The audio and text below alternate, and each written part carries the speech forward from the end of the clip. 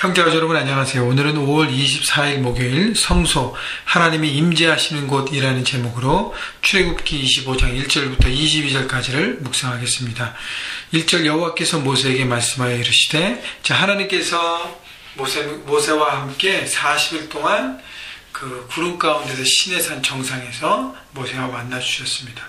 하나님께서 그 임재 가운데 모세를 만나 주시고 모세를 통해서 하나님의 백성들이 어떻게 살아가야 되에 대한 귀한 규례들을 주시는데 그 중에서 중요한 부분이 이제 성막을 만드는 부분을 얘기합니다. 왜냐하면 성막은 나중에 출애굽기를 계속 보고 모세오경을 보면 이스라엘 백성들이 광야의 삶 가운데 그들의 삶의 중심이 있었습니다. 그들이 움직일 때도요, 성막을 걷어서 다 메고 제사장들이 메고 이스라엘 백성들이 이동하는 경로의 가장 가운데 그들이 있었고, 그들이 이제 머무는 캠프를 치는 캠프의 장소에도 12지파가 이렇게 있는데 가장 중심에 뭐가 있어요? 바로 이 성막이 중심에 있고 나머지 백성들이, 이스라엘 백성들이 그 주변으로 캠프를 쳤습니다.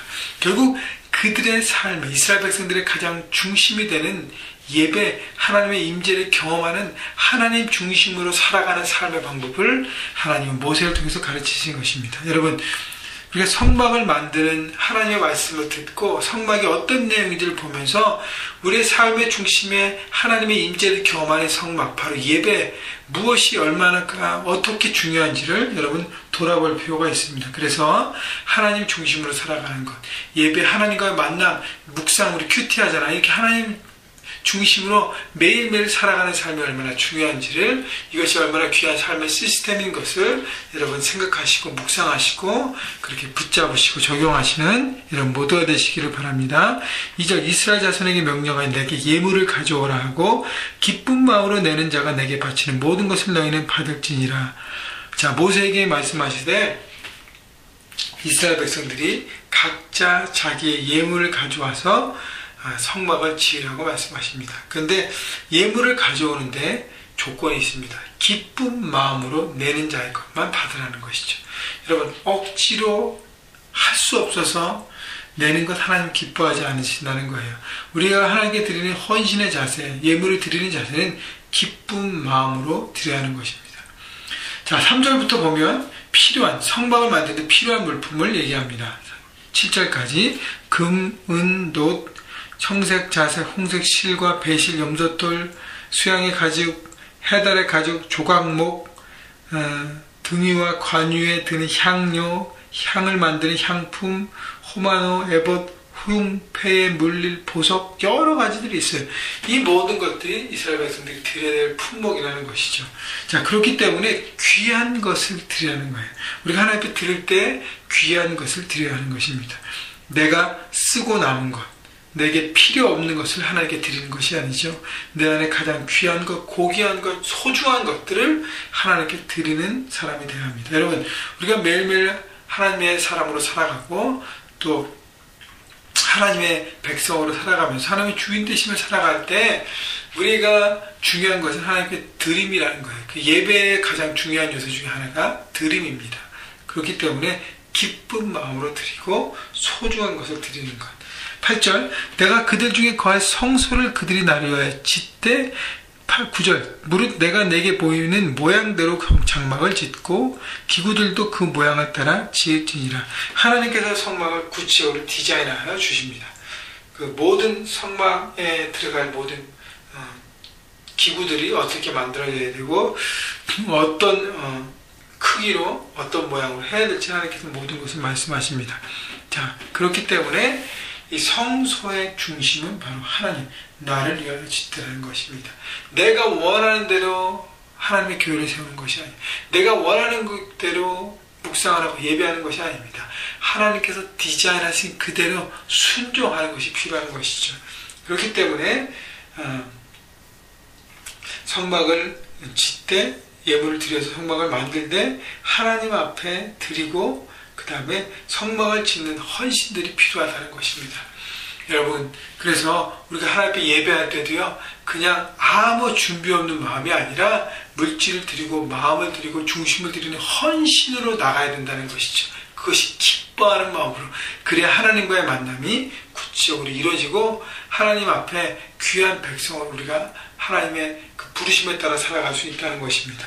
자, 그래서 나는 하나님 앞에 얼마나 내 중심을 드리는가를 여러분 돌아보십시오. 10절, 그들은 조각목으로 나무를 얘기하죠. 조각목으로 궤를 짜되 길이, 너비, 높이를 하나님께서 말씀하시고, 11절, 너는 순금으로 그것을 싸서 그 안팎을 세워 위쪽 가장자리로 돌아가며 금태를 드리고, 자, 나무로 그것을 크기를 짠 다음에 그 주변을 금태로 드리라고 그랬습니다. 자, 그래서 여러 가지 형태로 만드는 것이 12절부터 16절까지가 이 법궤, 언약궤를 어떻게 만드는지에 대해서 나무로 짜고 금으로 부어서 싸고 하는 구체적인 방법을 합니다. 근데 14절 보면 그 채를 궤 양쪽, 그러니까 13절 조각목으로 채를 만들어 금으로 싸고, 채라는 것은 긴 막대기를 얘기하는 거죠. 그 채를 궤 양쪽 고리에 꿰어서 궤를 매게 하고, 그러니까 긴 막대기를 통해서 언약궤의 양쪽 끝에 귀를 만들어서, 고리를 만들어서 채를 쭉 밀어서 끼게 하는 것이죠. 그래서 14절 그 채, 다시 한번 읽으면 그 채를 궤 양쪽 고리에 꿰어서 궤를 매게 하고, 그래서 고리에 쭉 낀 다음에 양쪽에서 사람들이 어깨에 매면 이것이 딱 들릴 수 있도록 이동이 간편하게 만들라는 것입니다. 15절, 채를 궤의 고리에 꿰은 대로 두고 빼내지 말지며, 그래서 고리에 낀 대로 그 채를 껴 놓으라는 것입니다. 그래서 항상 이동하기 편하도록.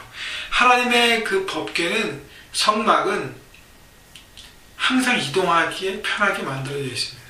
그래서 텐트를 만들고 이렇게 천막으로 이 성막을 만들고 그 안에 여러 가지 물품이 있는데 항상 이렇게 팩하기 편하게 하고 그 다음 이동합니다.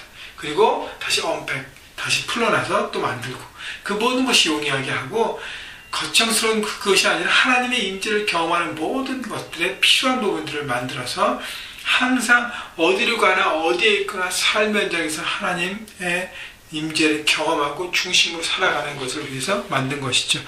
자, 그래서 16절, 내가 내게 줄 증거판을 궤 속에 둘지라. 언약궤 안에 증거판을 두라 그랬습니다. 바로 십계명을 얘기하죠. 두 돌판을 얘기합니다. 자, 그런데 이 하나님의 디자인하신 성막과 성막에 들어가는 모든 물품들을 보면서, 야, 하나님 왜 이렇게 만들었을까? 이게 무슨 의미입니까? 라고 긍정적인 의미에서 하나님 앞에 그 뜻을 구하는, 하나님 이것은 어떤 의미입니까? 왜 이렇게 하셨습니까? 라고 알기 위한 하나님에 대해서 궁금증을 기도하고 간구해서 의미를 파악하는 것은 참 필요합니다. 그런데 하나님, 이해되지가 않아요. 왜 이렇게 만드셨어요? 라고 불평하는 마음, 네거티브하는 마음으로 이것은 잘못됐습니다라는 것은 교만하는 것입니다. 하나님의 뜻 가운데 모든 것을 계획하시고 준비하시고 천지를 창조하시고 이렇게 아름답게 조화롭게 하시는 하모니의 하나님께서 나머지 모든 것도 하나님의 멋진 걸작품이시기 때문에 여러분 의미를 파악하고 알아가는 과정은 필요하지만 잘못된 태도를 하는 것은 안 된다는 것이죠. 자, 증거판, 바로 말씀이 중심이 된다는 것이에요. 가장 먼저 법궤에 대해서 말씀하시고 성막 중에서 증거판을 말씀하십니다. 17절, 순금으로 속죄소를 만든다. 속죄소라는 것은 그 법궤를 덮는 뚜껑을 얘기합니다. 만들 때 길이는 2규빗반, 너비는 1규빗반으로 되게 하고, 금으로 그룹들을 속죄소 득끝에 쳐서 만들 때 한 그룹은 이 끝에 또 한 그룹은 저 끝에, 곧 속죄소 득끝에 속죄소와 한 덩이로 연결할지니, 자, 그래서 금으로 그룹들을 만드는데 이렇게 한 모양으로 해서 결국은 그 20절 보세요. 그룹들은 그 날개를 높여서 그 날개로 속죄소를 덮으며 그 얼굴을 서로 대하여 속죄소를 향하게 하여, 그 속죄소 가운데를 바라보면서 그룹들이라는 것은 날개를 편 그 모양이 이렇게 마주보게 하는 것. 그래서 이 법궤의 뚜껑을 만들었는데 이 뚜껑은 결국 뭐냐면요, 제사장이 제사를 드릴 때 어린 양의 피를 뿌리는 곳이었습니다. 속죄소를 뿌리라. 이런 피를 뿌리는 속죄소를 맡은 것은 피가 있어야 어떻게 해요? 죄사함이 있다는 것입니다. 피가 있는 곳에 사함이 있다고 했습니다. 피 흘림이 있는 곳에 사함이 있다고 했어요. 바로 생명을 얘기하는 것이죠. 예수께서 십자가의 보혈을 얘기하는 것입니다. 바로 피 흘린 예수 그리스도의 보혈을 통해서 우리가 정결함을 얻는 곳이 바로 성막이라는 것이죠. 그래서 하나님 앞에 거룩함으로 나가라는 것입니다.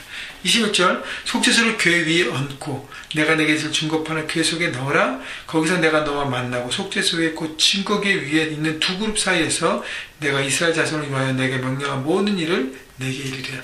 바로 법궤 그 속죄소 그 사이에서 하나님 말씀하신다고 말씀하십니다. 여러분 하나님 말씀이 있는 것, 죄사함이 있는 것이 바로 하나님의 임재가 있는 것입니다. 이제 성막의 여러 가지들을 이제 계속적으로 묵상할 텐데, 여러분 성막을 통해서 하나님의 임재, 하나님의 다스리시는 내 삶이 어떤 것인가를 돌아보시고요. 나도 하나님 이스라엘 백성들이 그 성막을 중심으로 살아갔던 것처럼 나도 하나님과의 만남을 중심으로 살아가야겠다. 결심하십시오. 가장 먼저가 말씀 묵상입니다. 그리고 주일 예배를 철저하게 드려야 합니다. 준비함으로, 그리고 헌신함으로, 자원하는 마음으로, 기쁜 마음으로. 여러분 그것이 중심이 됐을 때 그냥 우리 나머지 모든 삶이 하나님 안에 풀려가는 것입니다. 여러분 또 삶 현장에서 여러분 그곳이 하나님의 임재되는 또 하나님의 예배 장소가 되게 하기 위해서는 여러분 삶 현장, 가정과 캠퍼스와 직장에 여러분 하나님의 말씀을 붙들고 나가십시오. 그리고 죄사함, 예수의 피를 뿌리고 덮고 바르고 간구하면서 그 모든 것을 씻어내는 거룩한 장소가 되게 해서 날마다 하나님의 뜻이 이루어지는 모든 삶의 현장이 되시기를, 하나님의 임재를 경험하시기를 주님의 이름으로 축원합니다.